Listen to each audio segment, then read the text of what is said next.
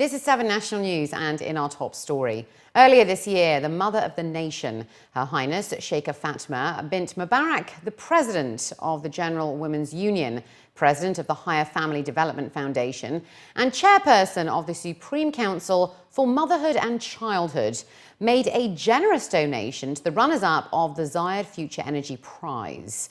The Abarasso School of Science and Technology in Somaliland, East Africa, was a finalist for the Global High Schools category, which was established under the prize in 2012.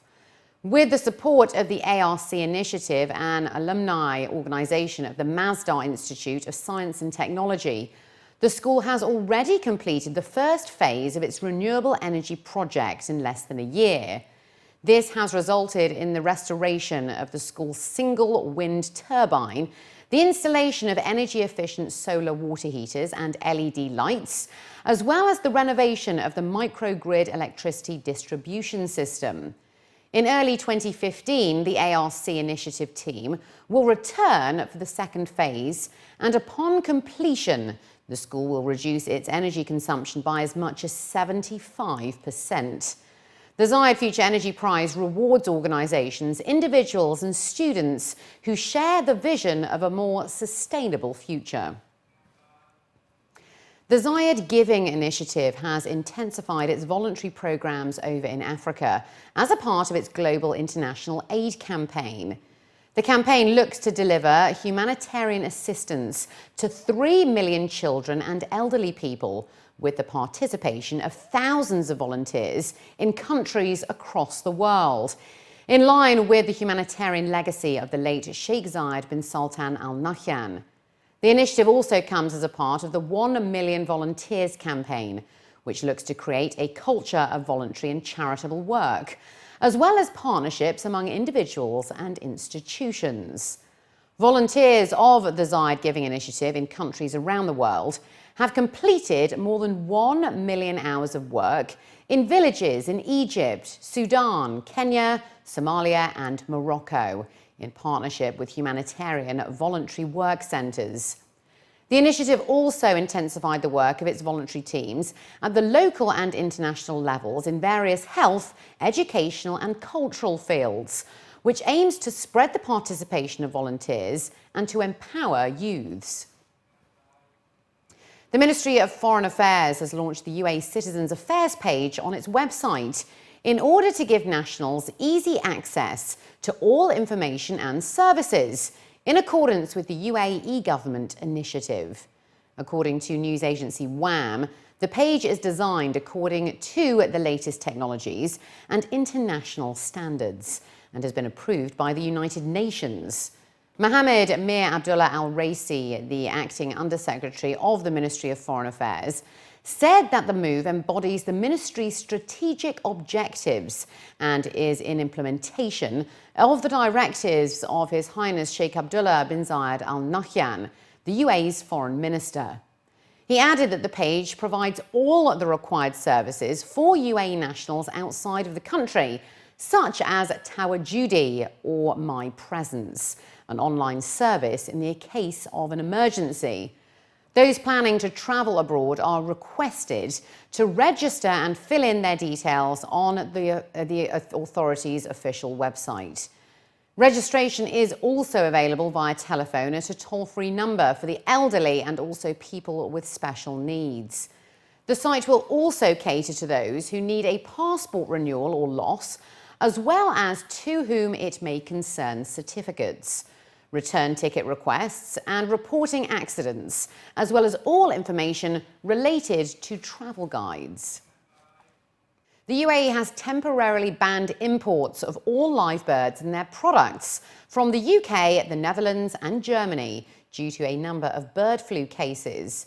The move is according to 3 decisions issued by Dr. Rashid Ahmed bin Farhad, the UAE Minister of Environment and Water, according to news agency WAM. The temporary ban includes all kinds of domesticated, wild and ornamental living birds and all of their products and offal. It is based on reports from the World Organization for Animal Health on the appearance of the highly pathogenic avian influenza in the 3 European countries. According to news agency WAM, the ban will be valid until the international watchdog says that these countries are free from bird flu, according to the resolutions. However, heat-treated bird meat imports from the three countries are exempt from the new import rule. The ban was imposed as a part of the ministry's strategic goal of protecting human and animal health in the country from avian flu and all other diseases. The Middle East and North African governments are expected to spend an estimated $300 billion on water and desalination projects by 2022. The figures come in the lead up to the January 2015's International Water Summit, when over 70 global experts will address key water sustainability and security challenges in the region. Ahead of the summit, Faraj El-Awar, the program manager of the UN Habitat's Global Water Operators Partnerships Alliance and participant at the IWS conference, said that water is perhaps the most complex of the three major resource challenges, as it is seen as a free resource and declared by the UN General Assembly in 2010 as a human right. Yet the reality in arid regions is that it is a scarce and incredibly precious resource. This must be reflected through robust policies, integrated strategies and sustained investment, particularly as populations grow.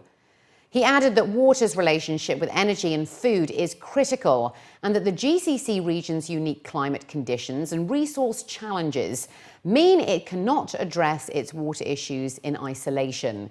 He concluded that demand management must be the main focus of regional and global leaders when they meet in Abu Dhabi. 4 children over in Sharjah and 1 in Ajman have fallen to their deaths this year alone. In an effort to protect children from falling from tall buildings, the UAE Civil Defense has launched a nationwide campaign in order to educate residents. The campaign will run in phases under the theme Safe Environment for Kids to protect them from falling.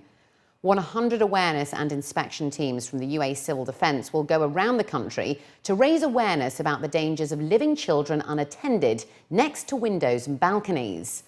Brochures in English and Arabic with text and illustrations on the safest measures to stop any accidents from happening will also be distributed at towers, residential buildings, schools and children's play areas. The acting commander-in-chief of the UAE Civil Defense, Major General Rashid Thani al-Matrushi, said that they are mainly targeting families with children living in older residential buildings. The public is advised to ensure that balconies are kept locked and to avoid leaving children, the mentally challenged and the elderly unattended. In addition, there's also a guide provided to build safe windows and balconies in line with international standards. And finally, looking to other news now, the most luxurious and super cars have been revealed as they were presented at the Middle East Car of the Year Awards in recognition of their services, specifications and quality. A total of 19 awards were presented to the best cars that run on the Middle East's roads during the inaugural awards ceremony, which will now become an annual event. A number of cars were on display at the ceremony as they were all lined up to showcase their quality and justify their accolade. Among the winners included the stunning McLaren 650S, which was selected as the best supercar of the year. Ford Fusion bagged the large sedan car of the year. The classy Range Rover Sport took away the Performance SUV of the Year award, while the popular Infiniti Q50 drove away with the Executive Sedan of the Year. The powerful and elegant Audi RS7 stole the limelight with 2 awards as the Best Performance Sedan and the Consumer Car of the Year. Meanwhile, the Mercedes-Benz S-Class grabbed the Jury Car of the Year award, as well as the accolade for the Best Luxury Sedan of the Year. According to the winners, the award represents their customers' satisfaction and loyalty and is a message for them to innovate and continue to offer better services and quality.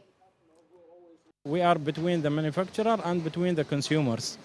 How to decide which car to buy and which is better and best after testing by our jury members, which is taking whole the year. In any car which is launched, then we make them like to know exactly what is the good features that they are having.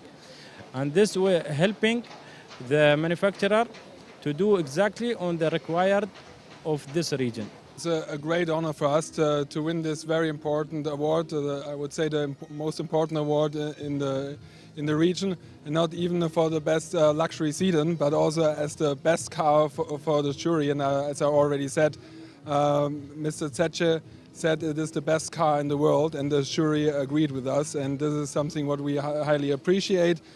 For sure, the S-Class stands for everything what Mercedes is. It is the most modern luxury sedan which we have currently in the market. This award is a recognition to our customers. Today there's a lot of Infiniti customers in the Middle East, and we have a growing fan base, and in the last few years we've been growing exponentially. So the way I would say this award has further stamped our strong growth and showed us that what we're doing with all our customers in terms of our dealer network, our service, our operations in the Middle East is highly appreciated by our customers. And I can tell you the future is bright with what we still have to offer more in terms of products, and more importantly, how we take care of our customers with our dealers in the future.